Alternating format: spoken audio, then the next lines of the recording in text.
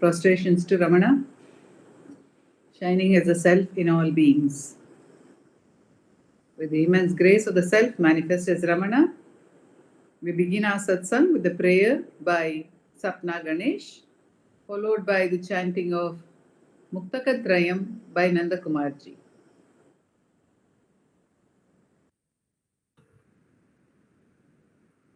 दक्षिणामूर्तिसारम्भां शङ्कराचार्यमध्यमां रमणाचार्यपर्यन्तां वन्दे गुरुपरम्परां वन्दे गुरुपरम्परां वन्दे गुरुपरम्पराम् शुक्लाम्बरधरं विष्णुं शशिवर्णं चतुर्भुजं प्रसन्नवदनं ध्यायेत् सर्वविघ्नोपशान्तये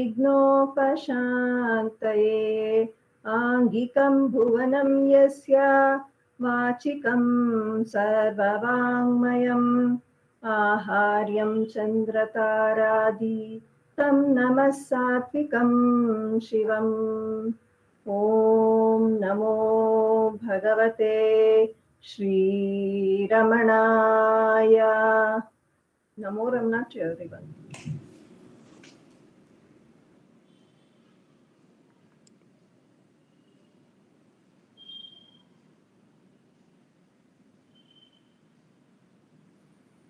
एकम् अक्षरम् हृदि निरन्तरम् भासते स्वयं लिख्यते कथम्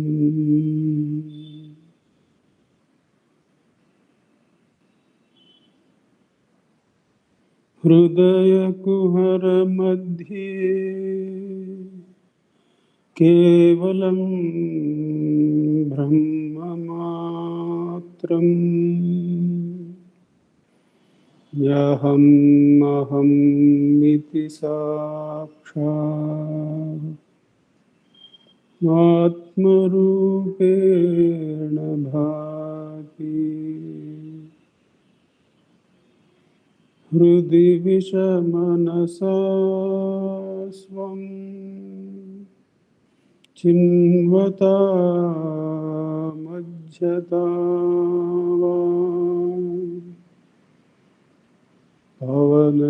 पवनचलनरोधा आत्मनिष्ठो भवत्वम्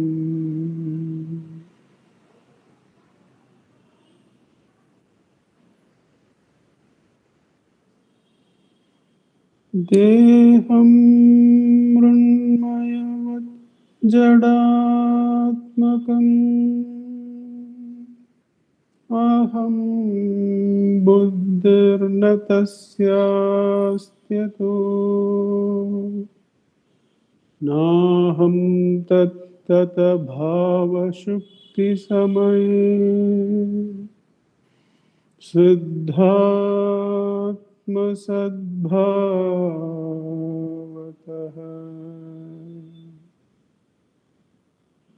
कोऽहं भावयुत कुतो वरधिया दृष्टात्मनिष्टात्मना सोऽहं स्फूर्तितया अरुणाचलशिवः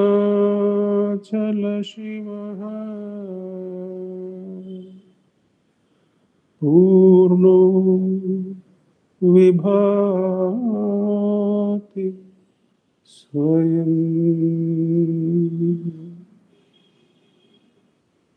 सोऽहं स्फूर्तितया अरुणाचलशिवः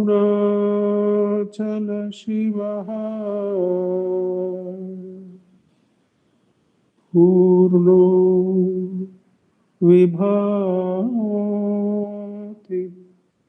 स्वयं। नमो रमण। Namo Ramana. We continue the satsang with chanting of verses from Upadesha Sara by Srimati Ashwini Balaji and Kumari Uma Sripati. NaMo Raman.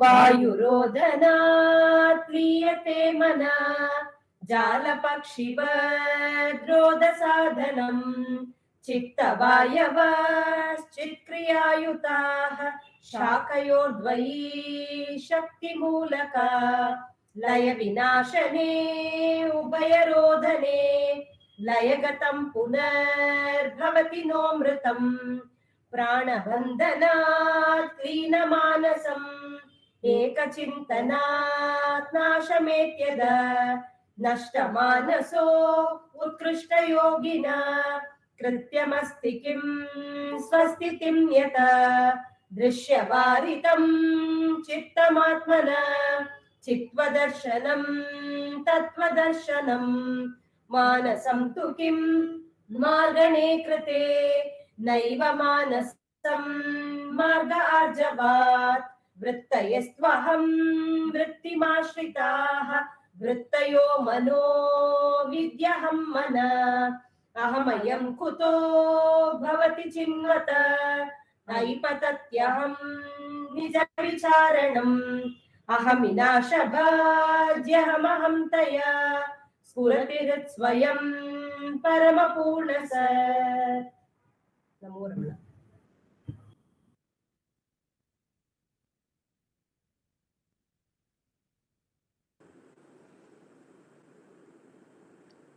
Namo Ramana. We continue with the offering of Ramananjali Sangeetam. The first song will be presented by Srimati V. Radha along with Vallabh, and the second one by Srimati Pratibha Sundaresh.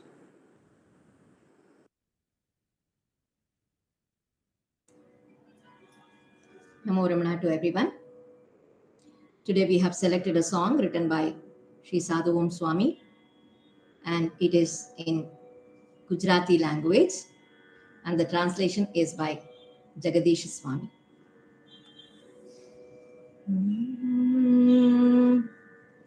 Nana balak alida hi bala tu ramana ramana bole bala. Nana balak alida hi bala tu ramana ramana bole bala. आनंदती जपी तू नाच बाला शिव पोते अपना पिता छे प्रिय बाला आनंदती जपी तू नाच बाला शिव पोते अपना पिता छे प्रिय बाला नाना बालक अलीडा ही बाला तू रमणा रमणा बोले बाला निर्दोष मन तारो चेरे बाला तुंज गुरु मेवड़ी उगरी जावा पात्र बाला निर्दोष मन तारो चेरे बाला तुंज गुरु मेवड़ी उगरी जावा पात्र बाला बीजा उमर भाड़ा ताया छेने बाला मिथ्या विवाद करे करे अली रूढ़ी बाला बीजा उमर भाड़ा ताया छेने बाला मिथ्या विवाद कर्या करे अली रूढ़ी बाला ज्ञान बालक अलीडा ही बाला तू रमणा रमणा बोल बाला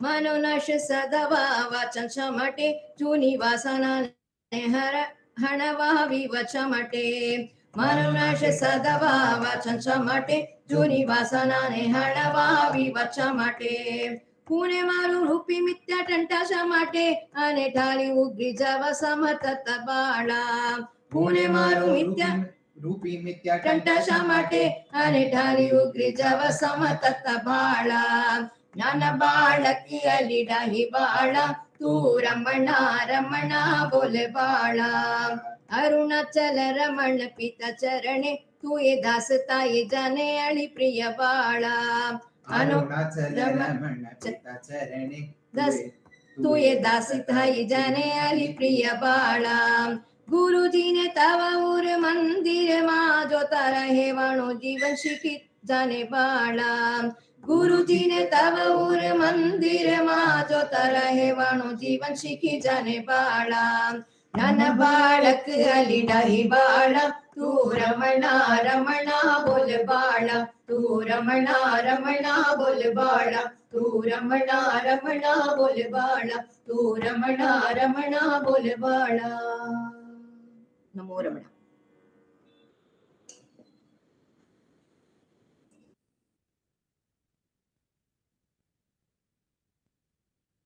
You are on mute, Pratibha.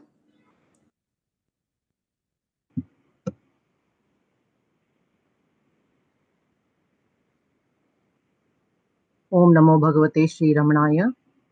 This is a Hindi composition by Sri G. Kameshwar and music by Dr. Ambika Kameshwar.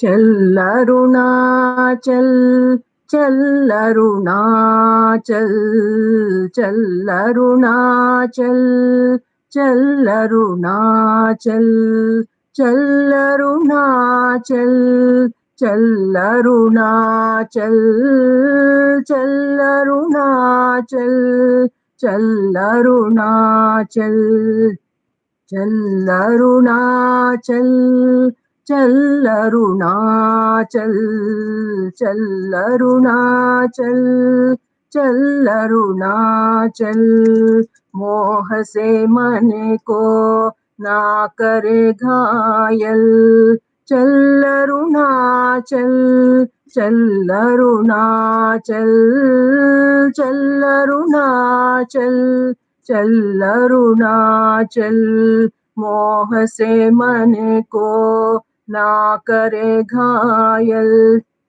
चल अरुणाचल चल अरुणाचल चल अरुणाचल चल अरुणाचल शोक भाग्य को डाल बदल चल अरुणाचल चल अरुणाचल शोक भाग्य को डाल बदल चल अरुणाचल चल अरुणाचल चल अरुणाचल चल अरुणाचल चल अरुणाचल चल अरुणाचल सब प्रश्नों का एक ही हल चल अरुणाचल चल अरुणाचल चल Arunachal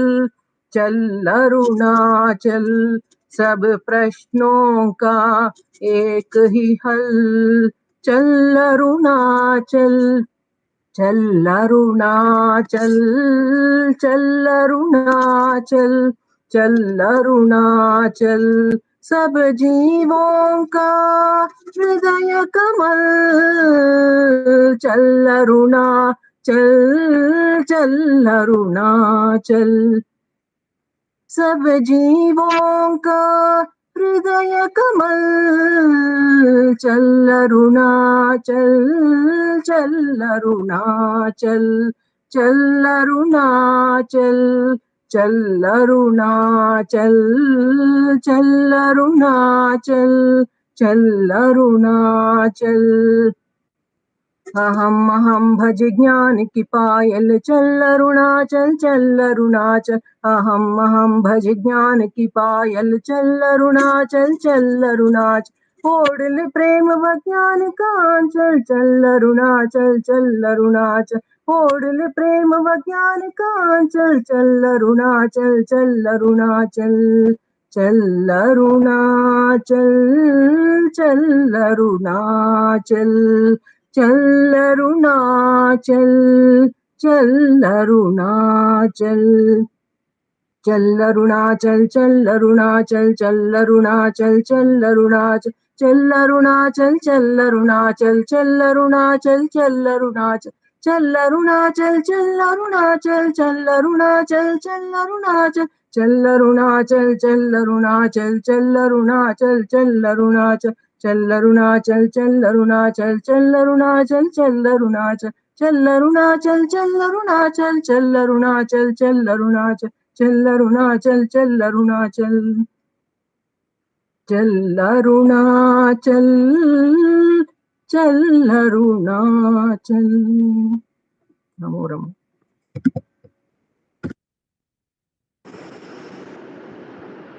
Namo Ramana. We continue with the offering of Ramananjali music by Savitri Krishnan and Jayashree Ramakrishnan and by Mari Revathi Shankar.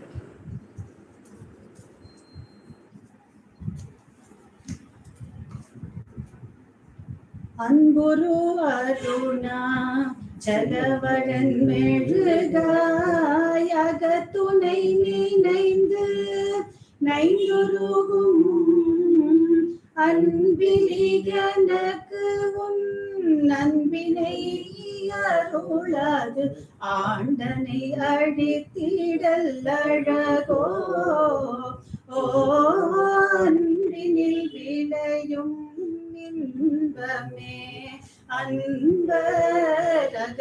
அன்பரகத்தினிலூரும் ஆரமுதே என் புகழிடனின் இஷ்டமென் இஷ்டம் இன்பதற்கென்னுயிர் இறையே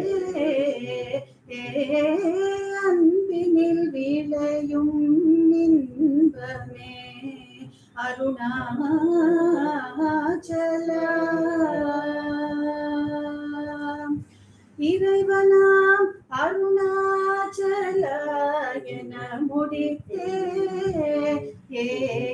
ஏகனாவாழி நீடூழி இறைவனாம் அருணாச்சல என முடித்தே ஏகனாவாழி நீடூழி இறையுனை நினையும் எண்ணமே நன்ன எனையுனது அருள் கையிற்றால் ஈர்த்து இறையுனை நினையும் எண்ணமே நன்ன எனையுனது அருள் கையிற்றால் ஈர்த்து இறையுயிரின்றே கொன்றிட நின்றாய் என் குறையிற்றினன் ஏழை இறையினி குறையன் குற்றுயிராக்கி என்னை வதைத்திடல் எதற்கு இங்கன் இறையினி குறையன் குற்றுயிராக்கி என்னை வதைத்திடல் எதற்கு இங்கன் இறைவனாம் அருணாச்சலா என முடித்தே ஏகனாவாழி நீடூழி அறிவே என அறிவே மாதிரம் என அறிவே அருண மாதிரம் என அறிவே அருமருந்தொன்றொன்று அவனியில் அதுதான் அருண மாதிரம் என அறிவே கிரி இது பரமா கருதியான் போல் கெட்டவர் எத்தனை கொல்லோ விரிதுயராலே பிழைப்பினில் விழைவு விட்டுடல் விட்டிட விறகு கருதியே திரிவீர் கருத்தினுள் ஒரு கால் கருதிட கொல்லாமலே கொல்லும் அருமருந்தொன்றொன்று அவனியில் அதுதான் அருணமாதிரம் என அறிவீர். These were the verses from Arunachala Padigam, or a decade of verses on Arunachala. Over the past few weeks, commencing the first Saturday of September, we have been singing about 3 verses each of them, I mean, each Saturday, and concluded today. This is a composition by Bhagwan and is very special. Special because this is the only composition followed by Arunachala Ashtakam that came to Bhagavan spontaneously and effortlessly. All other compositions of his, like Aksharamana Malai, Upadesha Undiyar, etc., were composed at the request of his devotees. Bhagavan says that one morning when he was seated on the veranda of Virupaksha cave, the word Karunayal, which means by thy grace, kept haunting him. uh, the power of the word was so strong that how much ever his efforts to dismiss them or ignore it, thinking that what has he got to do that with that word, I mean, it completely failed. And it subsided. The word subsided only when he composed a verse beginning with that word Karunayal. The other words that followed it, Bhagwan says, came effortlessly to him. The next day, too, the concluding phrase of this verse began to haunt him. So he was compelled to compose the second verse as well on the second day. This happens the third day, too. That is, the concluding phrase of the second verse began to haunt him on the third day. So he ends up composing the third verse. These kind of verses are called Andadi in Tamil. Anta is end and Adi is beginning. So the concluding phrase or word of the previous verse is the beginning, Adi, that is beginning word or phrase of the subsequent verse. So this goes on for 10 days, and on the 10th day, Bhagwan composes not one but 2 verses. So Arunachala Padigam altogether has 11 verses.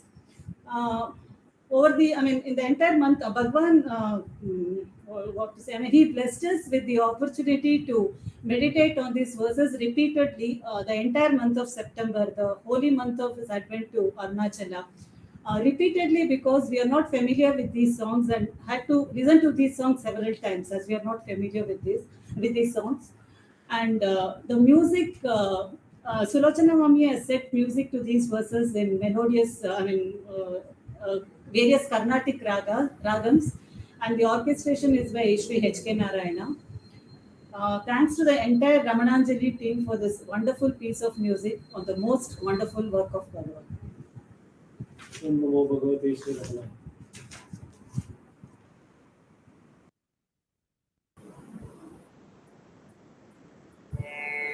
Om Namo Bhagavate Shri Ramanaya. We are meditating on the Ramana Suprabhatam by Shantananda Swami of Vasishta Gufa. We are on the 5th verse. बाल्यात् सुवर्णकरनाम तव प्रसिद्धम् अद्यापि यच्छसि तथा शरणागतेभ्यः वाञ्छाधिकं फलं मयाचितमेव यस्त्वम् आनन्दचित्रमणभो तव सुप्रभातम् बाल्यात् सुवर्णकरनाम तव प्रसिद्धम् अद्यापि यच्छसि तथा शरणागतेभ्यः वाञ्छाधिकं फलं मया चितमेव यस्त्वाम् आनन्दचित्रमणभो तव सुप्रभातम्. Good morning, O Ramana, the supreme consciousness bliss. The golden-handed one is thy reputation from boyhood. Even today, the wishes of those who have surrendered themselves to you are fulfilled beyond their expectations. Venkatraman was the Swarnahasta, the one with golden hands. Shiva is also called Hiranyabahu, the one with golden hands. Venkatraman would be out always helping everyone in the village. As he had Swarnahasta, the golden hands, everyone used to call him before they started any job. It must be because he was always connected to Arunachala's Purana always.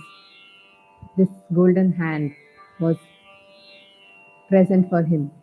Because of the tapas of Aragamma and Sundaramayar, he was born as the embodiment of Shiva himself. What is the secret in you that makes everyone happy? Asks the poet in this song. Dr. Sharda has written this song. Music is by K.S. Raghunathan. ಯಾವ ರಹಸ್ಯವ ಬೆಳಗುತ್ತಿಹೇ ನೀ, ಯಾವ ಆನಂದದೆಡೆ ಕರೆಯುತ್ತಿಹೇ ಕಂದ, ಯಾವ ರಹಸ್ಯವ ಬೆಳಗುತ್ತಿಹೇ ನೀ, ಯಾವ ಆನಂದದೆಡೆ ಕರೆಯುತ್ತಿಹೇ ಕಂದ, ಯಾವ ಆನಂದದೆಡೆ ಕರೆಯುತ್ತಿಹೇ ಕಂದ.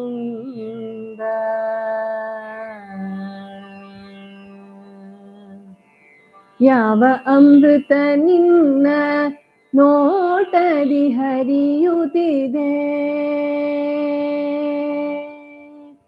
ಯಾವ ಅಮೃತ ನಿನ್ನ ನೋಟದಿ ಹರಿಯುತ್ತಿದೆ, ಯಾವ ಮೌನ ನಿನ್ನ ಮೊಗದಿ ಹರಡುತ್ತಿದೆ, ಯಾವ ರಹಸ್ಯವ ಬೆಳಗುತ್ತಿಹೇ ನೀ, ಯಾವ ಆನಂದದೆಡೆ ಕರೆಯುತ್ತಿಹೇ ಕಂದ. ಪಾರ್ಥನ ಸಾರಥಿ ಗೀತೆಯಲಿ ಪೇಳಿಹುದೋ ಸ್ಕಂದ, ತಂದೆಗೆ ನೀಡಿದ ಓಂಕಾರದ ಗುಟ್ಟೋ. ಪಾರ್ಥನ ಸಾರಥಿ ಗೀತೆಯಲಿ ಪೇಳಿಹುದೋ ಸ್ಕಂದ, ತಂದೆಗೆ ನೀಡಿದ ಓಂಕಾರದ ಗುಟ್ಟೋ. ಜಗನ್ಮಾತೆ ತಪ ಮಾಡಿ ಅರುಣಗಿರಿಯಲಿ ಪಡೆದ ಶಿವನೇ ಆದ ಆತ್ಮದ ಪ್ರಭೆಯೋ. ಜಗನ್ಮಾತೆ ತಪ ಮಾಡಿ ಅರುಣಗಿರಿಯಲಿ ಪಡೆದ ಶಿವನೇ ಆದ ಆತ್ಮದ ಪ್ರಭೆಯೋ. ಯಾವ ರಹಸ್ಯವ ಬೆಳಗುತ್ತಿಹೇ ನೀ, ಯಾವ ಆನಂದದೆಡೆ ಕರೆಯುತ್ತಿಹೇ ಕಂದ, ಯಾವ ಪ್ರೇಮೆಯನು ಸಹಜದಿ ಚೆಲ್ಲುತ್ತಿಹೆ, ಯಾವ ಮೋಡಿ ನಿನ್ನಯ ಚಿನ್ನದ ಕರದಲ್ಲಿದೆ, ಯಾವ ಪ್ರೇಮೆಯನು ಸಹಜದಿ ಚೆಲ್ಲುತ್ತಿಹೆ, ಯಾವ ಮೋಡಿ ನಿನ್ನಯ ಚಿನ್ನದ ಕರದಲ್ಲಿದೆ, ಚಿನ್ನದ ಕರದಲ್ಲಿದೆ, ಚಿನ್ನದ ಕರದಲ್ಲಿದೆ, ಯಾವ ರಹಸ್ಯವ ಬೆಳಗುತ್ತಿಹೇ ನೀ, ಯಾವ ಆನಂದದೆಡೆ ಕರೆಯುತ್ತಿಹೇ ಕಂದ, ಯಾವ ಆನಂದದೆಡೆ ಕರೆಯುತ್ತಿಹೇ ಕಂದ, ಕಂದ.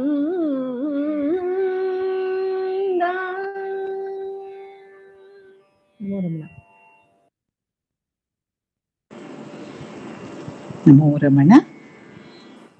They continue the satsang with the reading and sharing by Nanda Kumarji.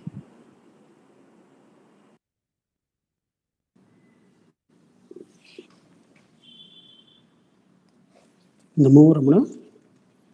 In this, the book reading segment of our satsang, we continue to read from the work Forever is in the Now, the timeless message of Sri Ramana Maharshi, edited and compiled by our founder president, Sri A.R. Natarajanji.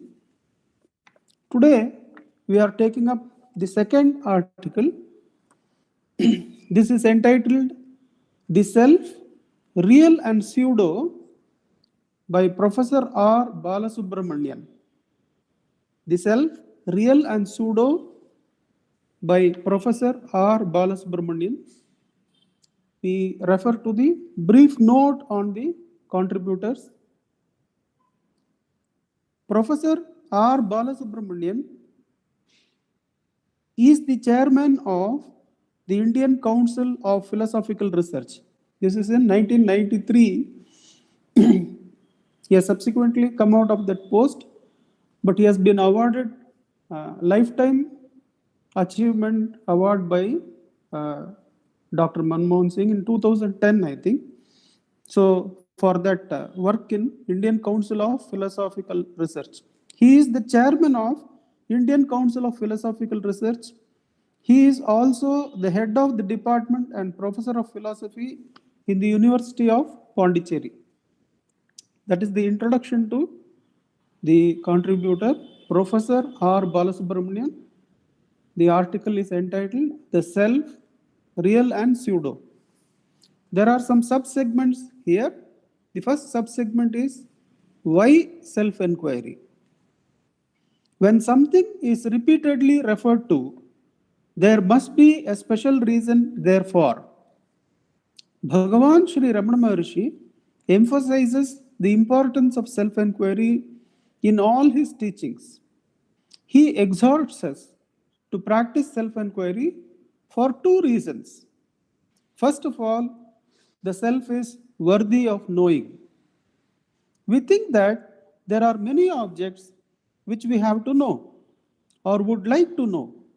From the standpoint of our day-to-day life, as these objects, which are practically useful, are a source of happiness to us.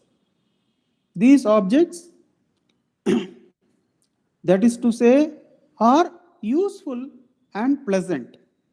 In the language of the Upanishad, they constitute the realm of the preyas. Preyas is referred to as pleasant. Different from these objects is the self, the Atman, the supreme reality, which is the source of everything. The Upanishad speaks of it as Shreyas, as contrasted from prayers when the reference was to objects. Self is referred to as Shreyas. Different from these objects is the self, the Atman, the supreme reality, which is the source of everything. The Upanishad speaks of it as Shreyas. The contrast is between Preyas, the pleasant, and Shreyas, the good. The Upanishad says, the reference is to Kathopanishad. There is a quote from Kathopanishad translated for us.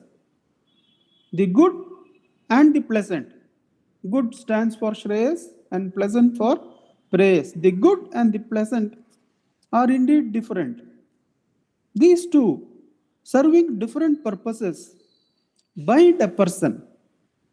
Of these two, it is well for one who prefers the good, but one who chooses the pleasant falls from the true end.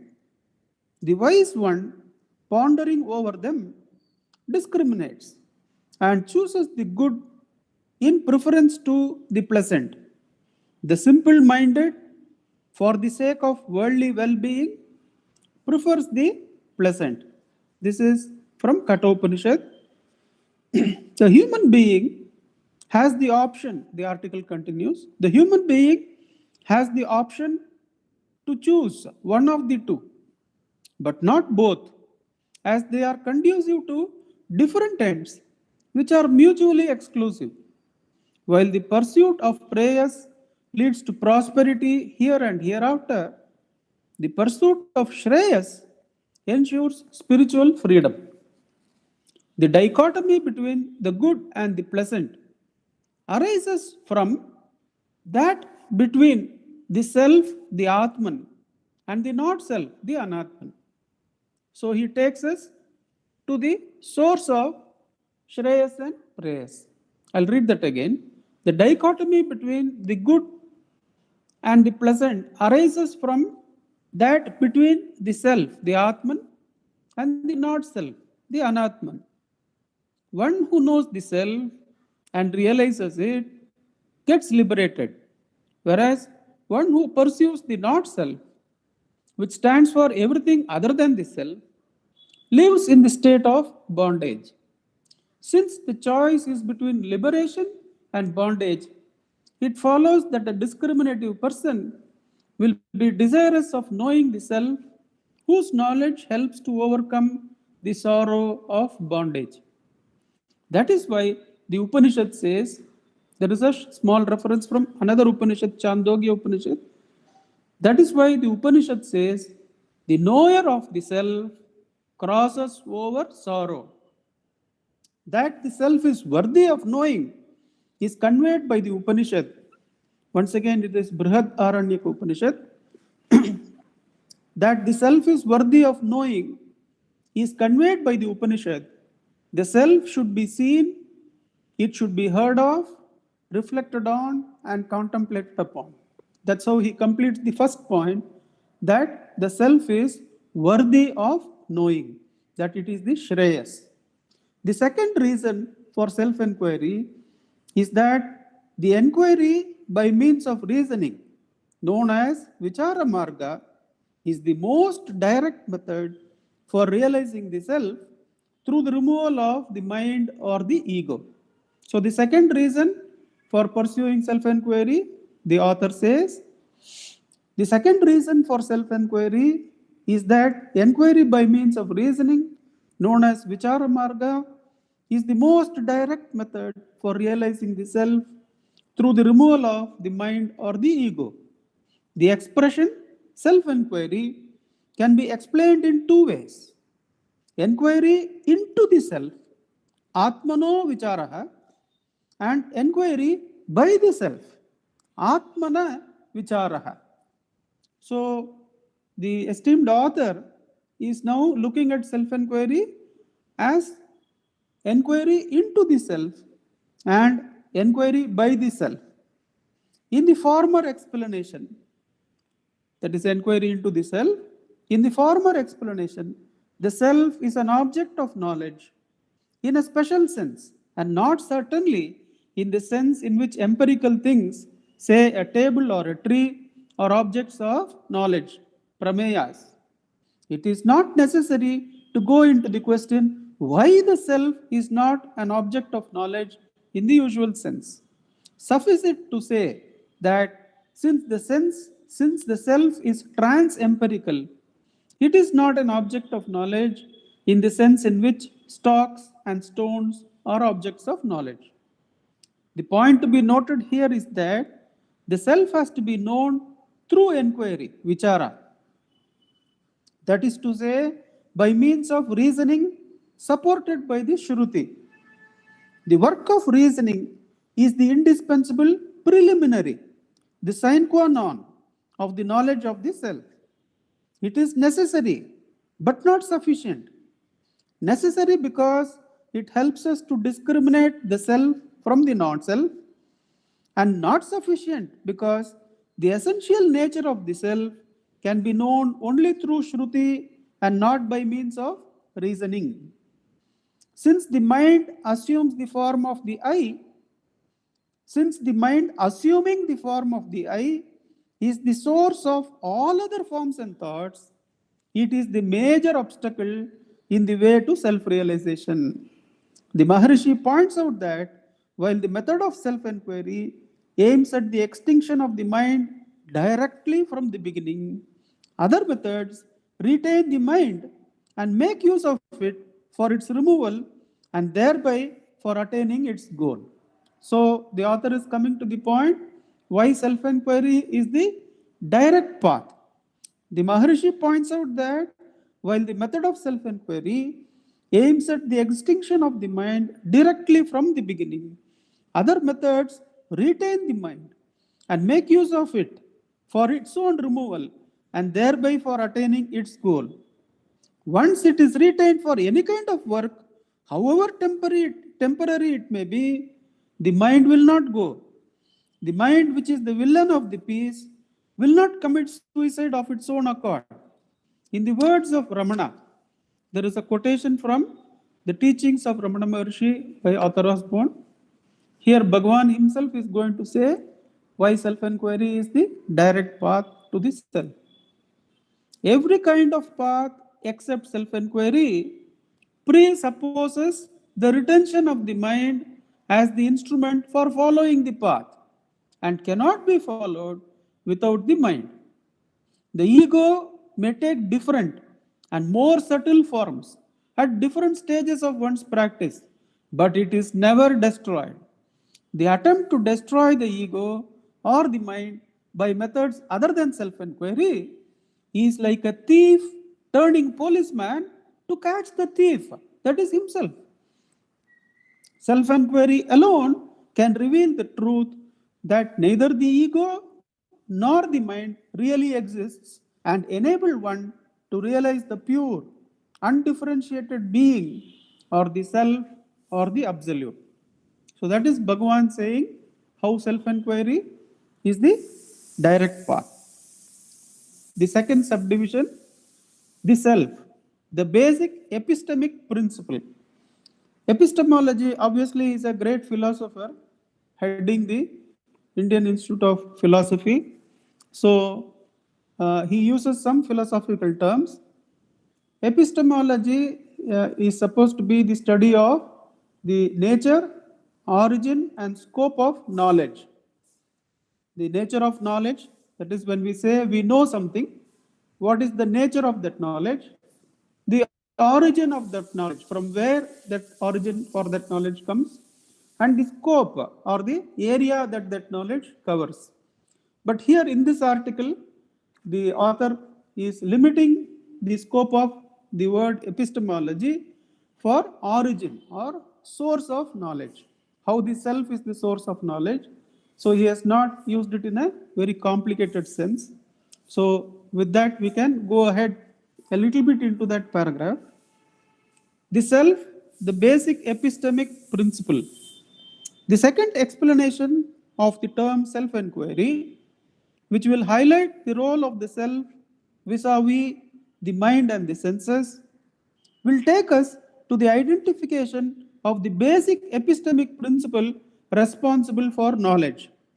If self-inquiry is inquiry by the self, this is the second part he had mentioned earlier. That is, the expression self-inquiry can be explained in two ways. Inquiry into the self, Atmano Vicharaha, which he had covered, and inquiry by the self, Atmanah Vicharaha. So that is what he is going to cover now. Inquiry by the self. If self-inquiry is inquiry by the self, it means that it is the self which takes note of, analyzes, investigates, examines, and knows the data presented to it. In short, it is the self that is the knowing principle. If so, what about the mind and the senses, which are generally considered to be cognizing principles, as seen from the statements such as the visual sense perceives color, through the mind one sees and hears, and so on. The epistemic problem is about the nature and function of the self vis-a-vis those of the mind and the senses in the mechanism of knowing. It is not as complicated as it sounds. It is just that the author is saying that the self is the real source of knowledge, not the mind, not the senses. I'll just briefly look into the next paragraph, which we can begin again next, so that we get a clear perception of how the self alone is the true source of epistemic source of knowledge. Advaita holds the view that self is the seer or knower, the drik, and the mind and the senses which are seen, drishya, are seer only by courtesy. Only by courtesy of the self, the mind and senses are seer. It dichotomizes the epistemic categories into seer and seen. The seer is the self alone, and everything other than the self is the seen. We'll stop there. We'll begin again with this second part with Bhagavan's grace in our reading in the coming weeks. Om Namo Bhagavate Shri Ramanaya.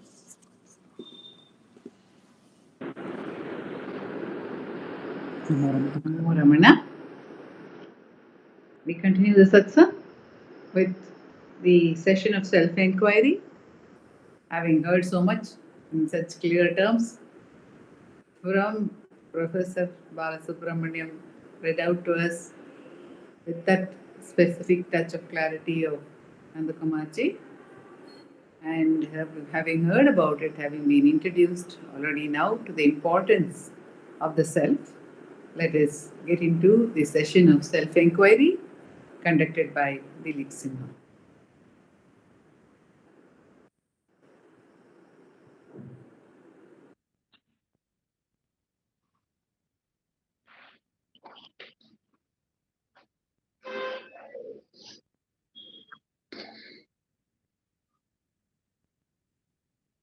ध्यायेत् शारदचन्द्रसुन्दरमुखम्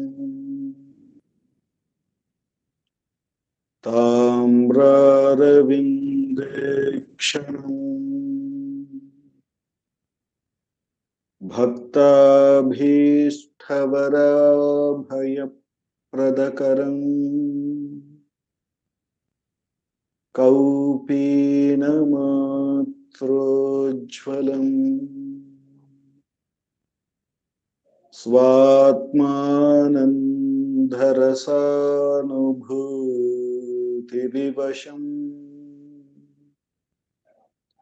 सर्वानवद्याङ्गकम् श्रीमन्तं श्रीरमणेश्वरं गुरुवरं योगासनाध्यासितं ध्यायेत् श्रीरमणेश्वरम् ध्यायेत् श्रीरमणेश्वरम्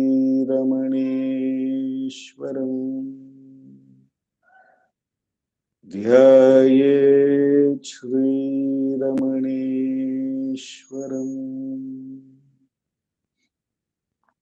हृदयकुहरमध्ये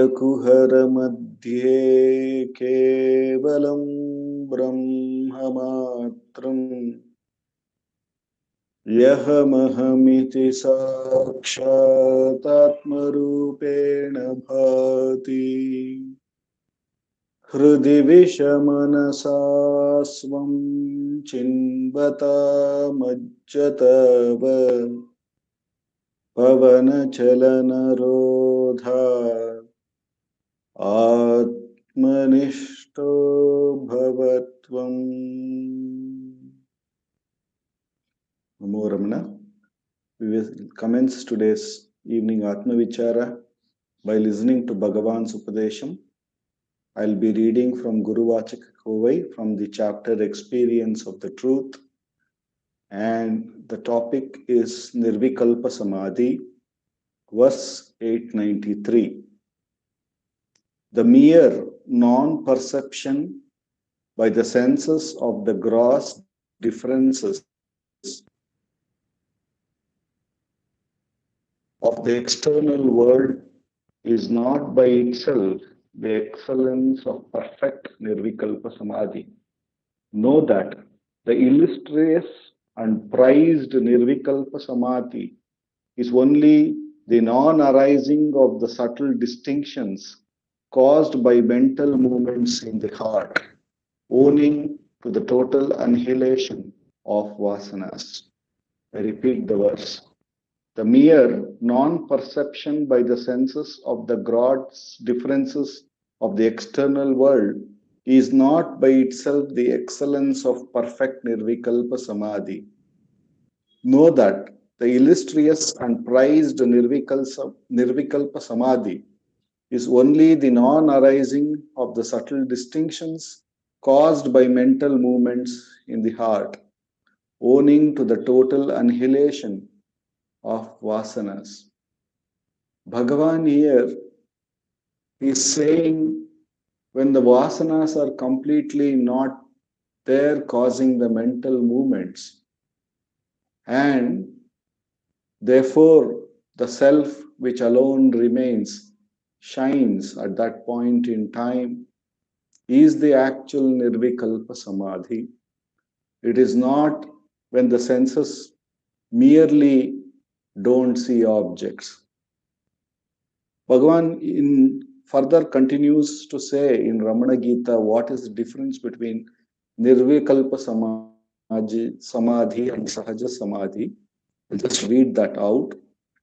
The state in which awareness is firm and one-pointed, even when objects are sensed, is called Sahajasthiti. The state in which objects are absent is called Nirvikalpa Samadhi. Here, Bhagavan is saying how the self is. The self, even when the objects Even when the mind is bringing so many thoughts, it is the very presence, in its very presence, these thoughts become aware. In its very presence, the objects are aware. It is the seer, as Nandakumarji said. When the self itself is seen to be doing the Atma Vichara, as it was brought out, then it is very clear because it is the seer. And in its presence, all this may come and go, but it is neither affected by it, neither disturbed by it. And therefore, even if the objects are present, the self continues to shine like the sun, and everything happens, and yet it is not touched.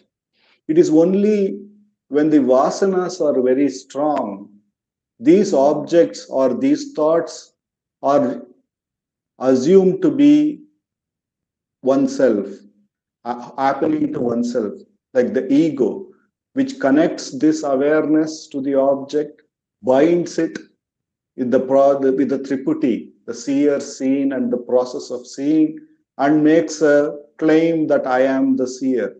This thought that I am the seer, which is caused by the vasana that I am an individual, bound to this body and mind, that has to go, says Bhagavan. And then the only way to achieve that is through this Atma Vichara, wherein every thought which makes us limited to this body and mind makes us believe that it is happening to me. When we see the thought, when we become aware of the thought, Bhagavan asks us to diligently inquire to whom is this thought. Then when we do that, our attention moves away from the thought to the one who is aware of it, which is the I. We know that it is for me, I. That is, we still are thinking that we are this body and mind. It's happening to me, the entity, Dilip. Therefore, Bhagavan asks us to further inquire, who am I? And when we put this question, who am I? And try to see the source of that I thought, or where from that I thought rises, or even what do we really refer to as I. When we inquire within for the source of the I, then the attention goes back to the self. With repeated practice, Bhagavan assures that the mind will gain enough strength to remain at the source itself. Therefore, this is the direct path that Bhagavan has given us to remove the vasanas which repeatedly form the thought, limit us to that thought, and make us go externalized. So Bhagavan has given this Atma Vichara to turn the attention back from the division to that one truth which alone is the self. With repeated practice, as Bhagavan says, the mind will gain the strength to remain at the source.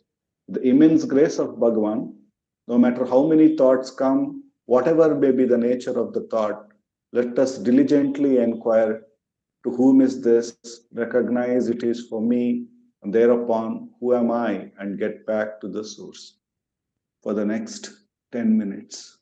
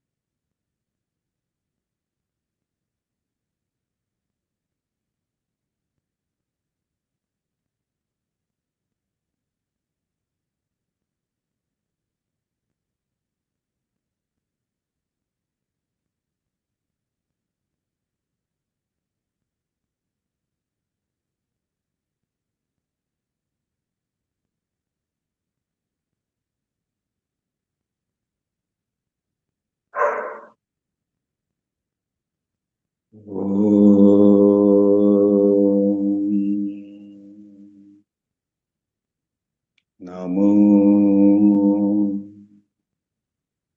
Bhagavate Shri Ramanaya. Namo Ramana. Thank you. Namo Ramana. We continue our satsang with the sharing by Sri Venkatesh Deshpandeji on Hastamalaka.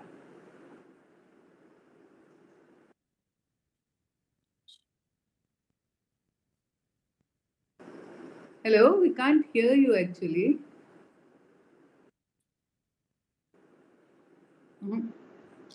No, we're not able to hear you.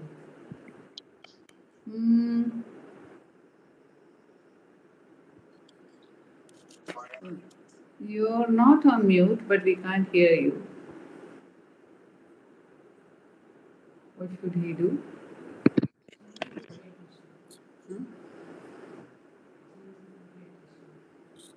Anything? The mic position may be below.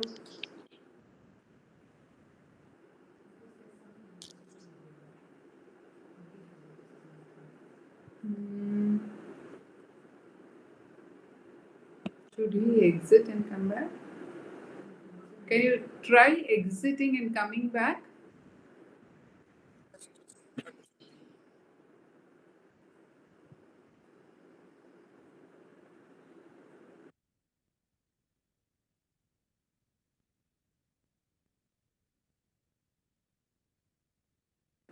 Now you can unmute. Hello? Can you? Yeah, we can hear you now. Sorry, I think something is misbehaving. Now it's behaving well. Sorry about that. Om Namo Bhagavate Sri Ramanaya. Namo Ramana. Dakshinamurti Sarambham Shankaracharya Madhyamam Ramanacharya Paryantam Vande Guru Paramparam Shruti Smriti Purananam Alayam Karunalayam Namami Bhagavadpadam Shankaram Lokashankaram Shankaram Shankaracharyam Eshavam Badara Sutra Bhasha Krito Vande Bhagavantau Punah Punah. Om Namo Bhagavate Sri Ramanaya. Bhagavan's immense grace, we are doing manana on Hastamalaka Stotram. So in Hastamalaka, what is the reason we are doing this manana on this? Because Shankaracharya asked Hastamalaka direct questions like, "Who, oh child, who are you? Whom do you belong to? Where are you going or heading? What is your name? From where have you come?" These were some of the direct questions that Shankaracharya had asked Hastamalaka. Why is this important? Is because this gives us Dhrida Aproksha Jnana, direct knowledge, which is absolutely doubtless. The firm abidance in the doubtless, unwavering wisdom that I am the bliss. No erroneous notions at all. So last satsang we did manana on verse number 11, which just said, just as one sun reflected in unsteady waters appears to be many, reflected in steady water, it appears steady. Similarly, in various intellects of different temperaments, one Atman appears to be different. I am of the nature of that ever existing Atman. So, as part of this, Hastamalaka says, "O Guru, I am the nature of that Atman, present everywhere, but always aware that I am beyond everything, untouched, unaffected." In this next verse, he discusses if the Atman is everywhere, then why are only few people like Shukacharya and Vamadeva, considered to be liberated, while all others are in bondage. We request Sapna to kindly chant the verse number 12. Yes, sir. घनच्छन्नदृष्टिर्घनच्छन्नमर्कं यथा निष्प्रभं मन्यते चातिमूढः तथा बद्धवद्भाति यो मूढदृष्टेः स नित्योपलब्धिस्वरूपोऽहमात्मा घनच्छन्नदृष्टिर्घनच्छन्नमर्कं यथा निष्प्रभं मन्यते चातिमूढः तथा बद्धवद्भाति यो मूढदृष्टेः स नित्योपलब्धिस्वरूपोऽहमात्मा. Thank you, sir. Thank you, Sapna. Just as a very ignorant person whose vision is covered by clouds thinks that the sun is covered by clouds and has lost its brilliance, in the same way, that which appears to be bound to a person with deluded vision, I am of the nature of that ever existing Atman. So the ignorant considers it is very important to understand that the clouds veil the eyes only. They cannot cover the sun. Fools forget that clouds can be seen in the light of the sun only. The fact that clouds are seen merely confirms the presence of the sun. On a cloudy day, an ignorant person, due to misunderstanding, says that the sun is dull, lackluster, weak, and meek. The presence of the sun in the sky is to be asserted even when the sun appears to be swallowed by the clouds. It results only with true knowledge about the sun. In the same way, the foolish idea about the Atman being bound is to be removed only by true knowledge of the self. To the deluded, not knowing the real self, some who are ignorant consider themselves to be bound. They say they take to unnecessary means and ways to remove their imaginary shackles. There also are some self proclaimed masters who, without self realization, advocate and preach their own theories. They misguide the disciples as a blind person would try to lead a band of other blind persons. In vanity, they consider only themselves to be enlightened and liberated, abandon their own duties, and tread forbidden paths. Even great yogis get into delusion because of a wrong knowledge and take to wrong practices. They are deprived of real liberation. They must understand that the self is free from bondage, as obviously as the sun is free from the cover of clouds. Bondage and liberation are just imaginary from the standpoint of the absolute, just a play of Maya. So this is a very important paragraph which I'll read again. Even great yogis get into a delusion because of wrong knowledge and take to wrong practices. They are deprived of real liberation. They must understand that the self is free from bondage, as obviously as the sun is free from the cover of clouds. Bondage and liberation are just imaginary from the standpoint of the absolute, just a play of Maya. If the clouds would swallow the sun, the result would be a dark night, and even the clouds would not be visible. However, this never happens. How do people know that the sun has risen? By the light of the sun itself. There is nothing else outside the outside to illumine the sun. Similarly, the seer of the ignorance of mind intellect consider himself to have become ignorant, forgetting that he is actually the light of consciousness, which indicates the presence or absence of ignorance in the mind intellect equipment. So, this is important that there is nothing else outside to illumine the sun. Similarly, the seer of the ignorance of this mind intellect considers himself to have become ignorant, forgetting that he is actually the light of consciousness, which indicates the presence or absence of ignorance of the mind intellect equipment. One who has firm conviction that nothing else exists besides the Atman, for whom the whole world is his own form as Atman, who knows that he is not the body, but is birthless Atman, is not afraid of death. Even in his dream, that person is a liberated one. This state of being is worshipful even to Harihara. This state cannot be explained in words. Sweetness cannot be tasted by writing the word sugar on a paper.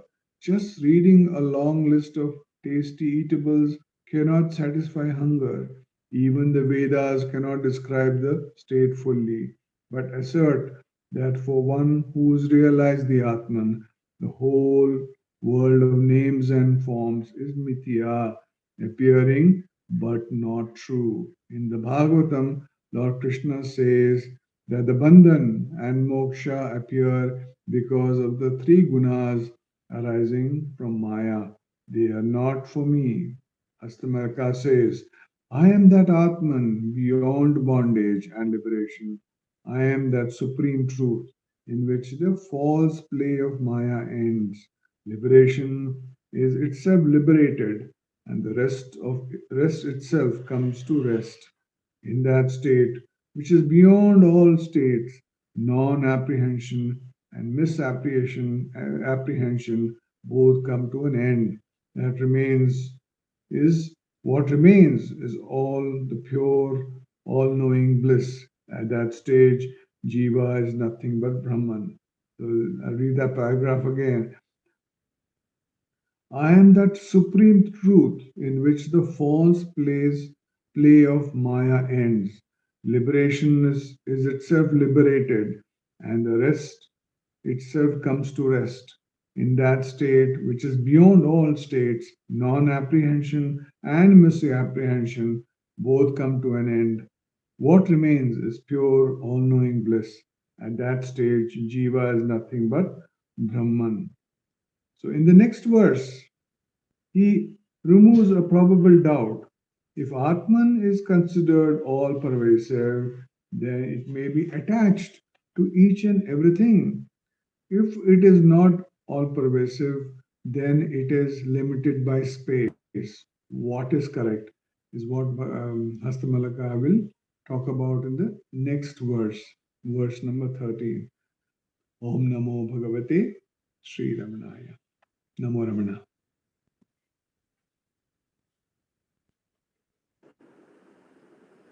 Namo Ramana. The next offering in our satsang today is from Dr. Kalarani Rangaswamy on Devi Kalottaram, Jnana Vichara Padalam.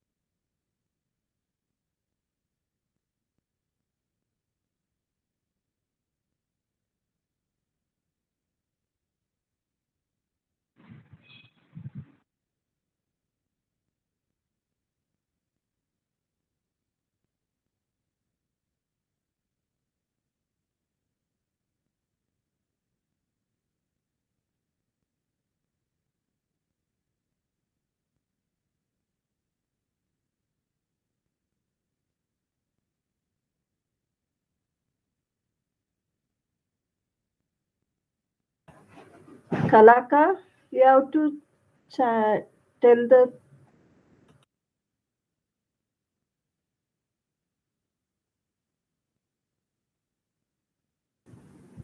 Kanaka, are you here?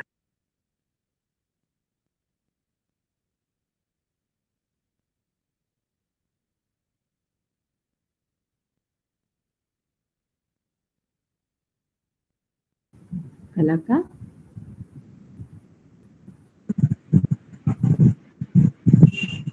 Hello. Yes, Kalaka. Namaramana. Yeah, we can hear you, but we can't see you. Am I audible? We can hear you, Akka. We can't see you.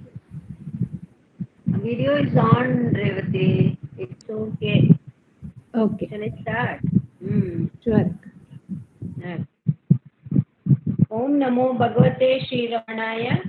அருணாச்சலமென அகமே நினைப்பவர் அகத்தை வேறறுப்பாய் Arunachalam. Namo Ramana to all. With the abundant grace of Bhagavan, we are meditating on Devi Kalotra Jnana Vichara Padalam, very graciously given to us by Bhagavan in Tamil. And in the last satsang we saw, வெளியே திரியும் சித்தத்தை திரும்ப நிலையுற்றே ஒரு துணி மேவார் உலகில் ஓர். When it is possible to turn the wandering mind inward and get abide in the Atma, the self, then there will be no need to experience any sorrow. Because when the mind gets merged with Atman, it also becomes the same Atman. Just like waves, when it gets back to the ocean, becomes a ocean. Likewise, the mind gets merged with Atma, it need not experience any sorrow. There will be only happiness because there is no difference in front of Atma. So Parameshwara says in the next stanza, Hey Parvati, one has to merge with that vastu which do not have any difference in directions.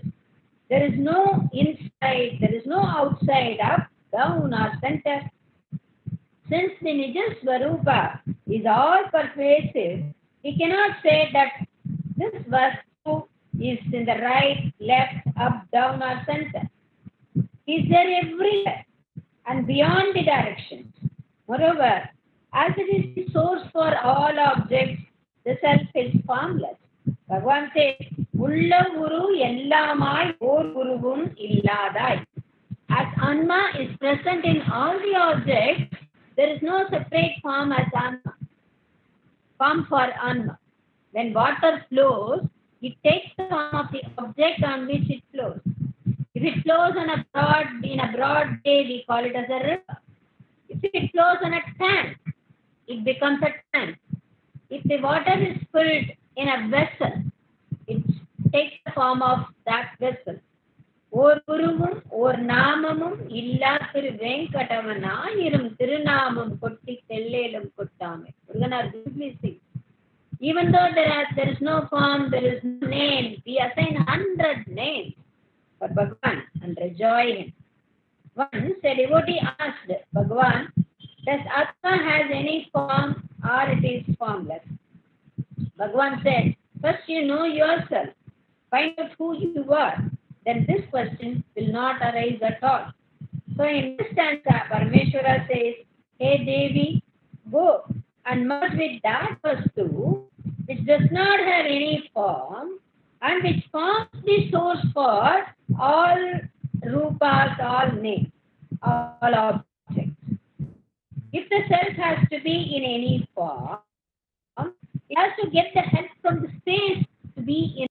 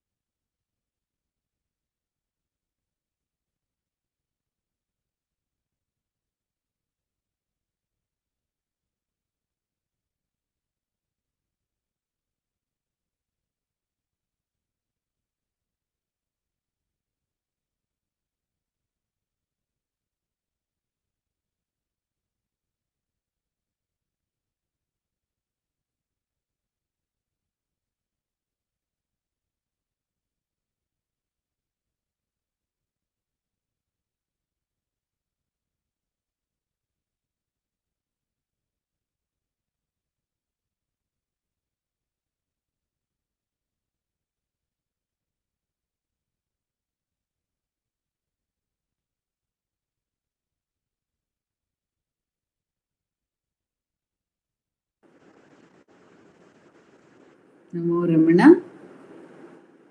I hear that Dr. Kalarani is having some issues with the internet, so she's not able to get back online.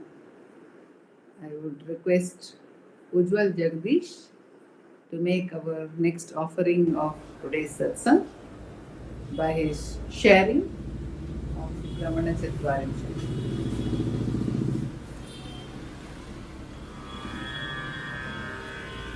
ओम नमो भगवते श्री रमणाय।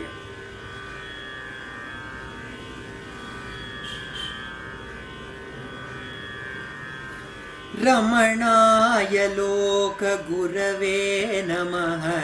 रमणाय लोक गुरवे नमः।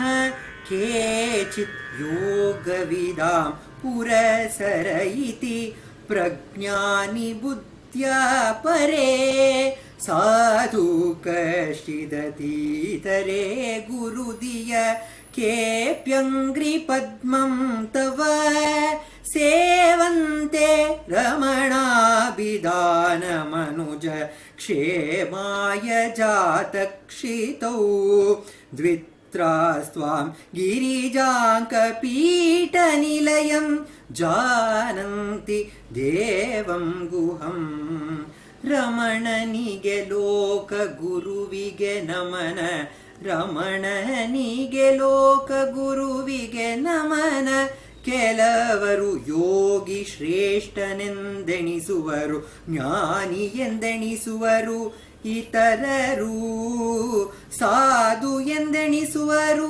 ಇತರರು ಗುರು ಎಂದು ನಿನ್ನ ಪದ ಪದ್ಮವ ಸೇವಿಪರು ರಮಣಾಂಕಿತನೆ ಮನುಜ ಕ್ಷೇಮಕ್ಕೆ ಭುವಿ ಜಾತನೆ ವಿರಳರು ನೀಗಿರಿಜಾಂಗ ಪೀಠಸ್ಥಿತ ಸ್ಕಂದನೆಂದರಿವರು. This is the 15th verse of Ramanacentre written by Ganapati Muni. And Ganapati Muni says, Ramana, you are such a treasure. And it is the great devotees, they have struggled so much to attain you. They are just like we have this treasure hunts where there are so many clues and so many puzzles they need to unfold to reach this treasure. The great ones, the great devotees who have come to you, they have underwent such difficulty and they have attained you and they have come to your presence. I remember the life story of Paul Brinton. Paul Brinton, a writer from London, and he had understood all the Western philosophies and he had turned to East, saying that there is no answer for his question in the Western philosophy. So he had turned for new light to the East to find out a true Guru, and he had come to India, and with great difficulty he had went around all the places of India. He had travelled various places of India in search of a great master, and he was tired by the end of his trip that he had not found a true master who could show him the truth, who could tell him what a true master is.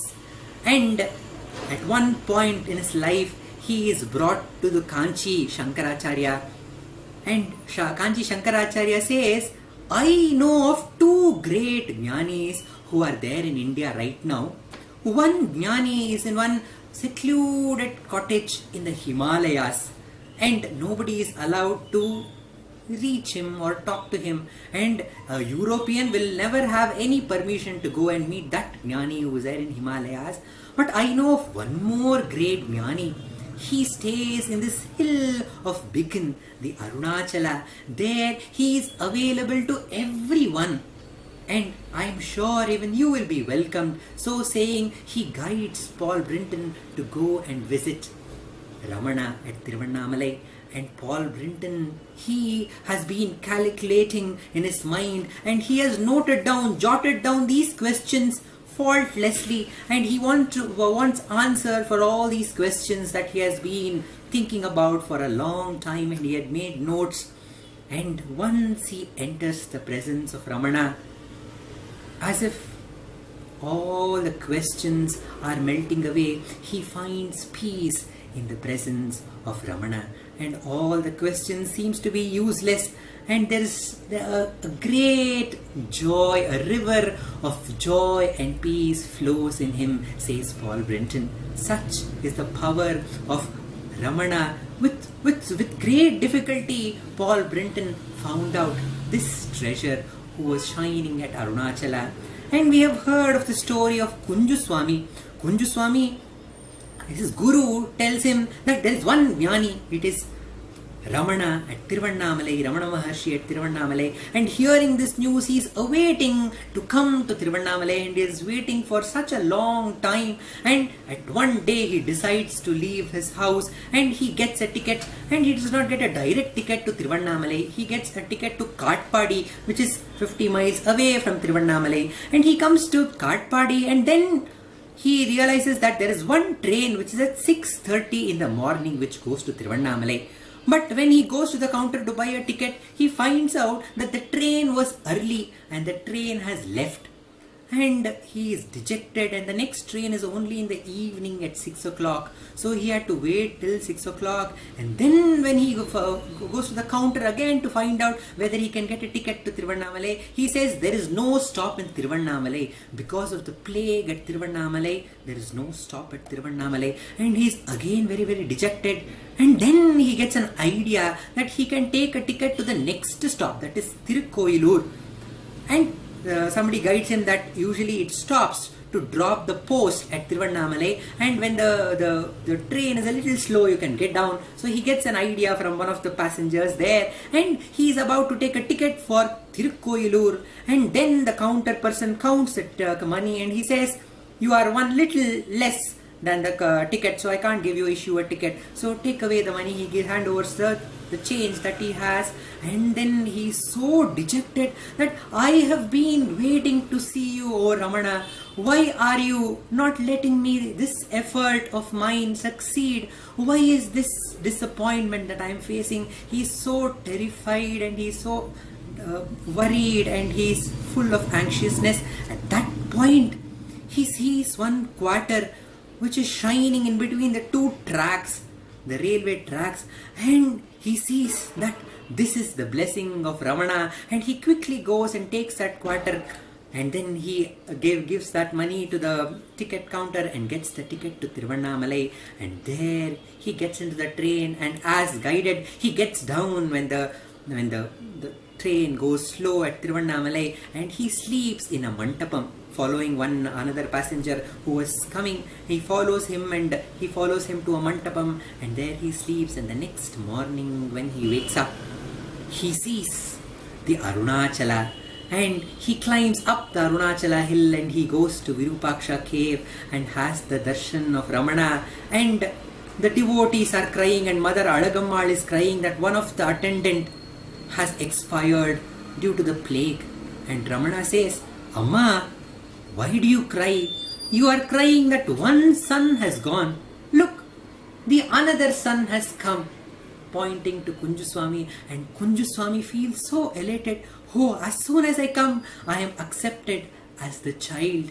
And there Kunjuswami gets the instructions from Ramana, and he enjoys the presence of Ramana. He has beautiful experience of bliss and peace in the presence of Ramana.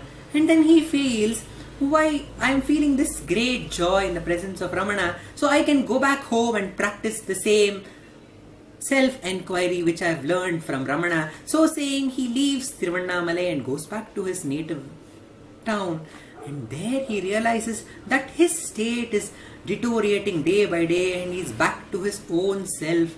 And then again he rushes back to Ramana and says, "Oh Ramana, when I was there in your presence, I was enjoying this bliss and peace. And how is that I am not able to enjoy that peace in my hometown?"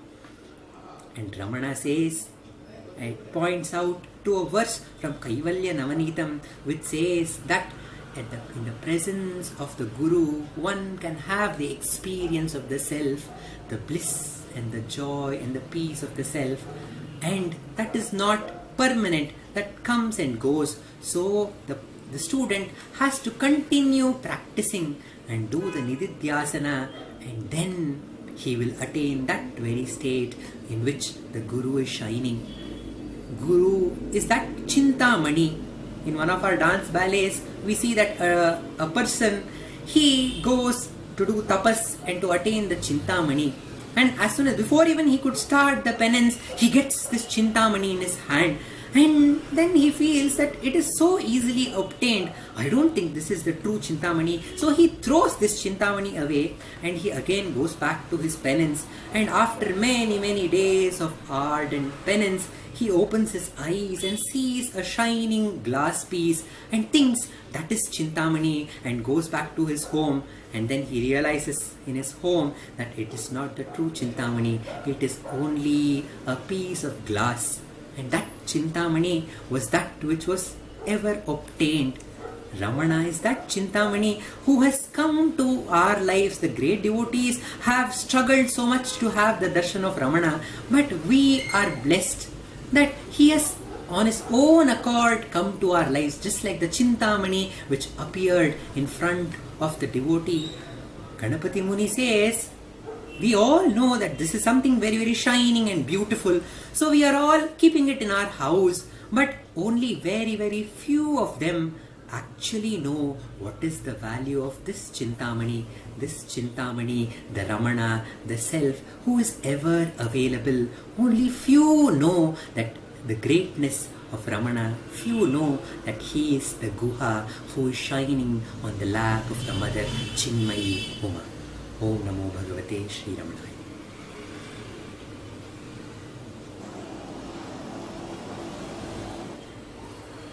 Namo Ramana. Prostrations to Ramana, shining as the self in all beings. By the immense grace of that self manifests as Ramana, we are meditating on the Ramana Ashtottara Shatanamavali, the 108 names in the litany of on Bhagavan Ramana, composed by Vishwanatha Swami. And we have been meditating on the Nama Srimad Vadashanta Mahasthale Labdha Vidyodayaya Namaha. The one who he got or attained or received his learning in that great town of Madurai, aided by Vishwanatha Swami as the Dwadashanta Sthala. And we just looked at certain boyhood or adult incidents in Ramana's life during his adolescence. We looked at his learning, the importance of non-desiring, not at all having any desire.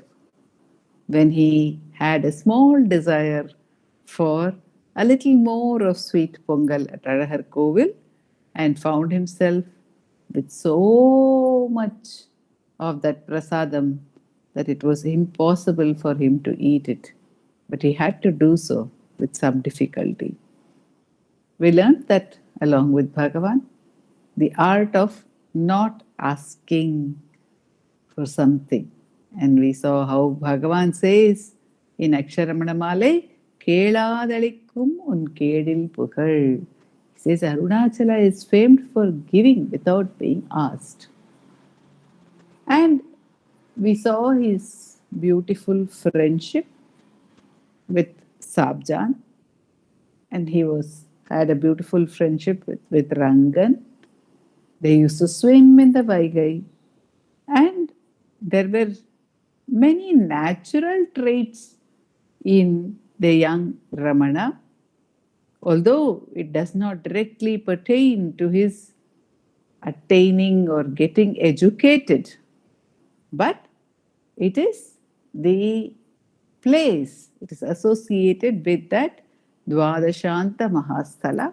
And during his years of education, a few of these incidents happened. Of course, he used to play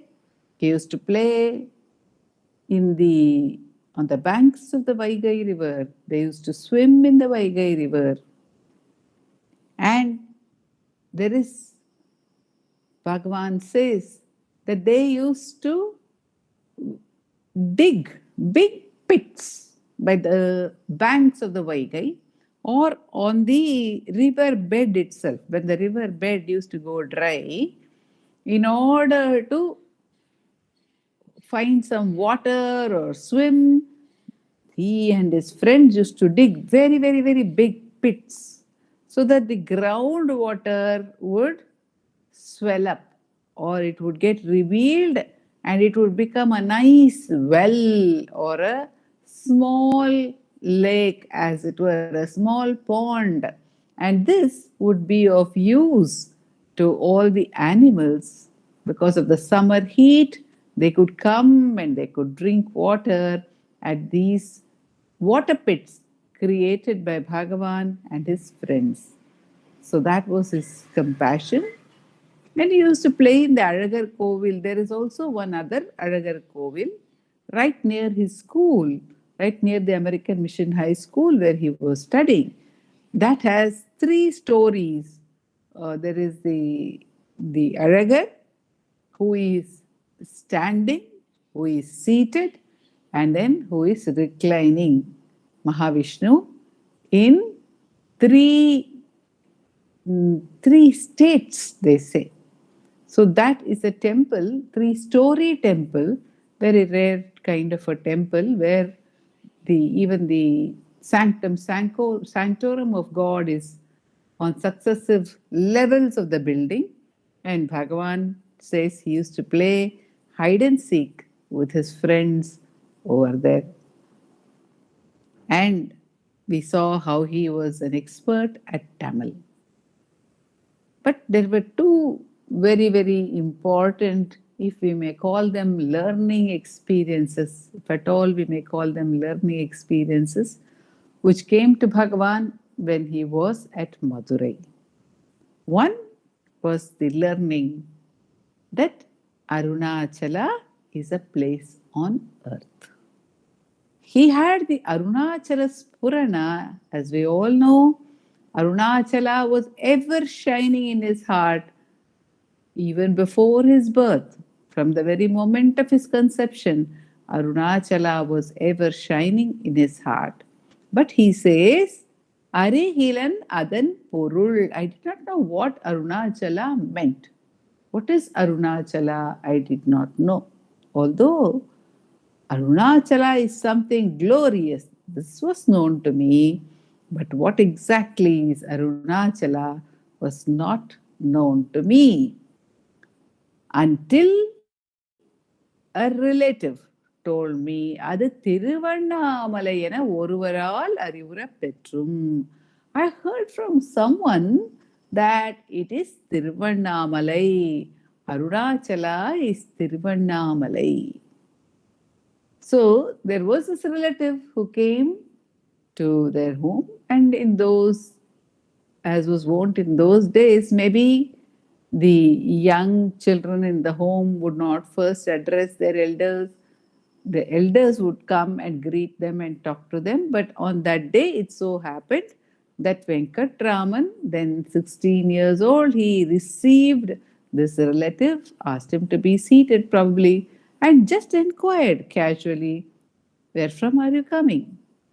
And the relative answered, "Arunachalam."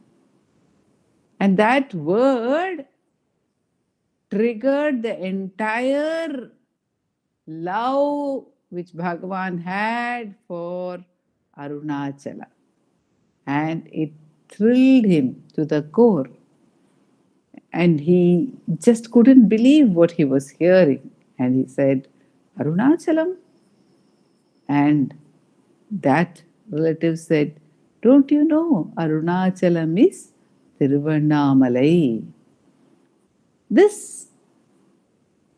when we look at it in a poetic manner or as a part of our sadhana, it feels like, in a way, every one of us is aware of the self, of the glory and grandeur of the self also. Without the self, none of us could exist or talk, or there would be no feeling of I itself. So that feeling of I, which every one of us has as a continuous sense of being, although identified with a name and form, that continuous sense of being, it springs only from the self. So that experience is in a way the experience of the self itself. But it is not with clarity. We do not know that self, that glorious self, which is shining everywhere and must be shining within my heart as well. What exactly is it? We do not know. We do not even strive to know. And our lives may be just like that. They may be going on in play and work, whichever the proportion of play and work. Then suddenly the Guru appears in our life and says, that is the self. That which is so glorious to you, that which you are seeking all the time in everything that you do, is the self. So it makes us wonder. It makes us filled with amazement and also a sense of gratitude that the self is available even to me, right here, right now. Is Arunachala a place on earth to which one can travel? Vindati iha jivastu deivikaha. The self, is it a place to which we can go right here, right now, on this earth, with this body which is the bhumi? It is called the bhumi or the kshetra. Within this bhumi can we reach the self. This is the amazement which we feel when the Sadguru comes into our lives, when Bhagavan comes into our lives and says, yes, it is natural for you. It is natural for you. It is your natural state. It has to be natural for everyone. It has to be the truth for everyone. That which is the truth cannot be the truth only for me. It must be for one and all, Bhagavan says. So this awareness came to him in Madurai. Srimad Dwadashanta Mahastale Labdha Vidyodayaya Namaha, says Vishwanatha Swami. One of the most beautiful learnings, the learning of the space of Arunachala, the physical space which we all need, which we all want to turn to and be at Arunachala, see the picture of Arunachala, or similarly to see the picture of Bhagavan, or to meditate on that name, which is that power. And that is the experience which Bhagavan had in that glorious town of Madurai. The process, Professor K. Swaminathan would say, the process of mother handing over the child to the father is starting over here. He says, when Bhagavan went to Arunachala, he leaped from his mother's lap to his father's arms. So that process, that leap, is started by this learning of Bhagavan that Arunachala is a place on earth. Om Namo Bhagavate Sri Ramanaya. We now have the chanting of verses from Aksharamanamale by Srimati Radha and Vallabh, and that will be followed by Ashtotra Puja to Bhagavan at Dilip's altar. Ashtotram will be chanted by Vaibhavji, Prarthana, Uma and Ashwini, and the Arati song will be sung by Revathi Shankar.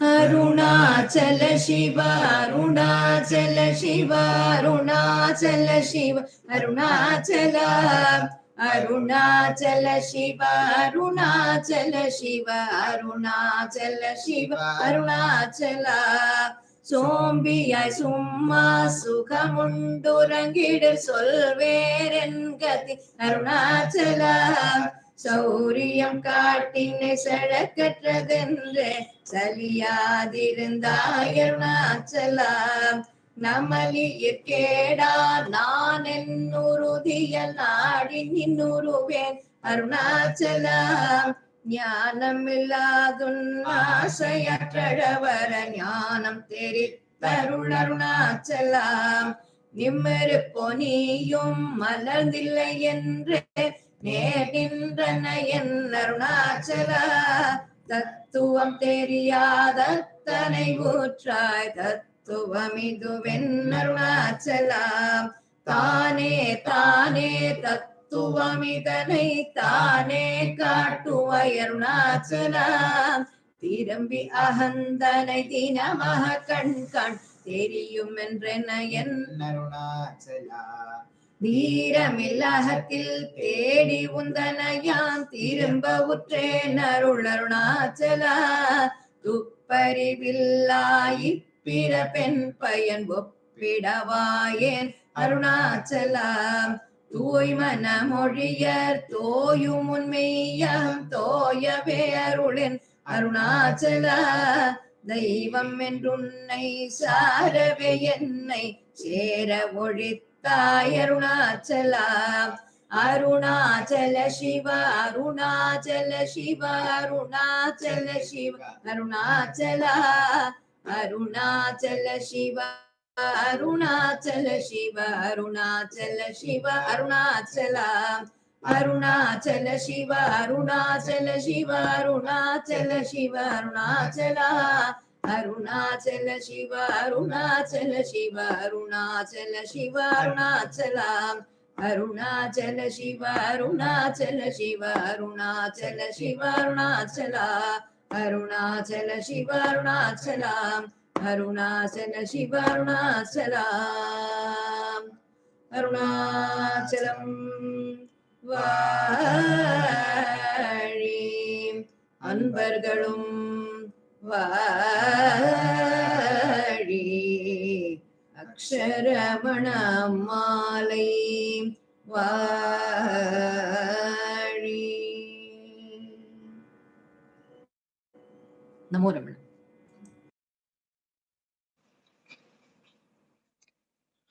नमो रमण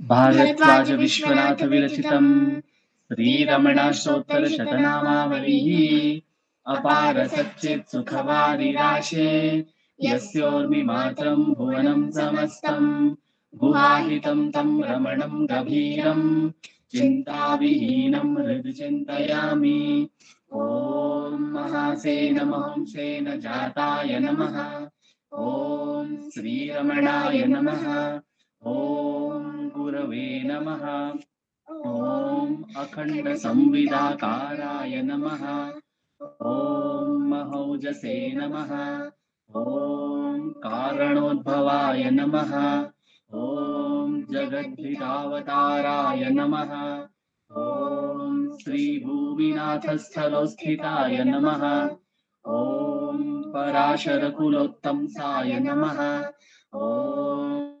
सुन्दरार्यतपःफलाय नमः ॐ कमनीयसुचारित्राय नमः ॐ सहायाम्बा सहायवते नमः ॐ शोणाचलमहोलीनमानसाय नमः ॐ स्वर्णहस्तकाय नमः ॐ श्रीमद्द्वादशान्तमहास्थले लब्धविद्योदयाय नमः ॐ महाशक्तिनिपातेन प्रबुद्धाय नमः ॐ परमार्थविदे नमः ॐ तीव्राय नमः ॐ पितृपदान्वेषिणे नमः ॐ इन्दुमौलिना पितृमते नमः।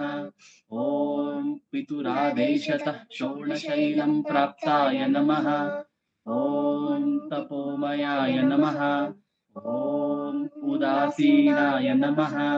ॐ महायोगिने नमः। ॐ महोत्साहाय नमः। ॐ कुशाग्रधिये नमः। ॐ शान्तसङ्कल्पसंरम्भाय नमः। ॐ सुसन्दृशे नमः। ॐ सवित्रे नमः। ॐ स्थिराय नमः। ॐ तपक्षपितसर्वाङ्गाय नमः। ॐ पुल्लाम्बुजविलोचनाय नमः। ॐ चन्द्रिकासितहासश्रीमण्डिताननमण्डलाय नमः। ॐ चूतवाट्यां समासीनाय नमः। ॐ चूर्णिताखिलविभ्रमाय नमः। ॐ वेदवेदान्ततत्त्वज्ञाय नमः। ॐ चिन्मुद्रिणे नमः। ॐ त्रिगुणातिगाय नमः। ॐ विरूपाक्षगुहावासाय नमः। ॐ विराजदशलाकृतये नमः। ॐ उद्दीप्तनयनाय नमः। ॐ पूर्णाय नमः। ॐ रचिताचलताण्डवाय नमः। ॐ गम्भीराय नमः। ॐ परमाचार्याय नमः। ॐ सुप्रसन्नाय नमः। ॐ अभयप्रदाय नमः। ॐ दक्षिणास्यनिभाय नमः। ॐ धीराय नमः। ॐ दक्षिणाभिमुखाय नमः। ॐ स्वराजे नमः। ॐ महर्षये नमः। ॐ भगवते नमः। ॐ ईड्याय नमः। ॐ भूमविद्याविशारदाय नमः। ॐ विमलाय नमः। ॐ दीर्घदर्शिने नमः। ॐ आप्ताय नमः। ॐ ऋजुमार्गप्रदर्शकाय नमः। ॐ समदृशे नमः। ॐ सत्यदृशे नमः। ॐ सत्याय नमः। ॐ प्रशान्ताय नमः। ॐ अमितविक्रमाय नमः। ॐ सुकुमाराय नमः। ॐ सदानन्दाय नमः। ॐ मृदुभाषिणे नमः। ॐ दयार्णवाय नमः। ॐ श्री षोणाचलभूतस्कन्दाश्रमनिकेतनाय नमः। ॐ सद्दर्शनोपदेष्ट्रे नमः। ॐ सद्भक्तवृन्दपरिवृताय नमः। ॐ गणेशमुनिभृङ्गेन सेवितामृतसरोरुहाय नमः। ॐ गीतोपदेशसारादिग्रन्थसञ्चिन्न संशयाय नमः। ॐ वर्णाश्रममतातीताय नमः। ॐ रसज्ञाय नमः। ॐ सौम्याय नमः। ॐ आत्मवते नमः। ॐ सर्वावनिमतस्थानाम् आराध्याय नमः। ॐ सर्वसद्गुणिने नमः। ॐ आत्मारामाय नमः। ॐ महाभागाय नमः। ॐ मातृमुक्तिविधायकाय नमः। ॐ विनताय नमः। ॐ विनुताय नमः। ॐ विप्राय नमः। ॐ मुनीन्द्राय नमः। ॐ पावकोज्ज्वलाय नमः। ॐ दर्शनादगसंहारिणे नमः। ॐ मौनेन स्वात्मबोधकाय नमः। ॐ हृच्छान्तिकरसान्निध्याय नमः। ॐ स्मरणाद्बन्धमोचकाय नमः। ॐ अन्तस्थितिखण्डांशवे नमः। ॐ संसारार्णवतारकाय नमः। ॐ शोणाद्रीशस्तुतिद्रष्टे नमः। ॐ हार्दविद्याप्रकाशकाय नमः।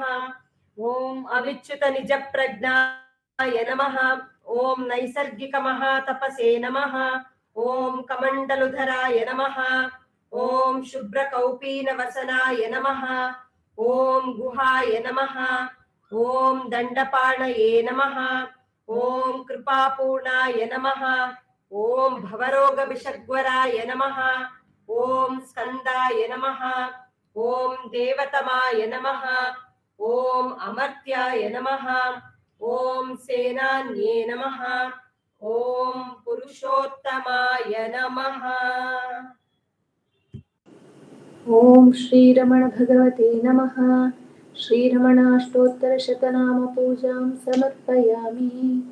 यस्थाणोररुणाचलस्य पदयोः स्मृत्या जनिं प्राप्य दिव्यानुग्रहसुप्रवाहविवशस्तादात्म्यभावं गतः हृन्निष्ठस्वगभीरनित्यतपसा लोकान् पुनासीकरात् तस्मै श्रीरमणाय ते नम इदं लोकोत्तरज्योतिषे।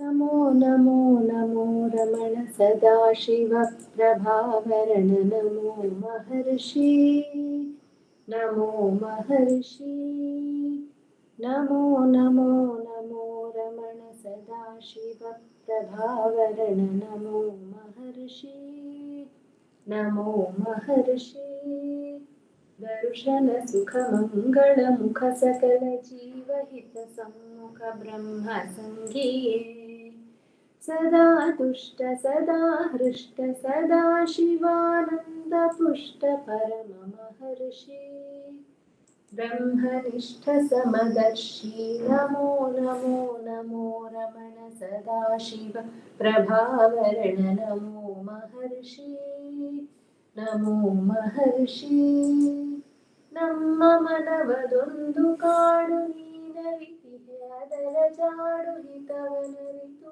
ನೀಡುತ್ತೆಮ್ಮ ಕೊರೆಯ ತಣಿಸಲೈ ಬೇಡಲೆಂದು ಬಂದ ನಾವು ನೋಡಿಯೇ ತಣಿವೆವಯ್ಯ ಮೂಡಿಗಾರನೇ ಹಿತವ ನುಡಿದು ಪೊರೆ ನಮ್ಮನು ಬ್ರಹ್ಮ ಸಂಗಿಯೇ नमो नमो नमो रमण सदाशिव प्रभावरण नमो महर्षि नमो महर्षि नमो नमो नमो रमण सदाशिव प्रभावरण नमो महर्षि नमो महर्षि।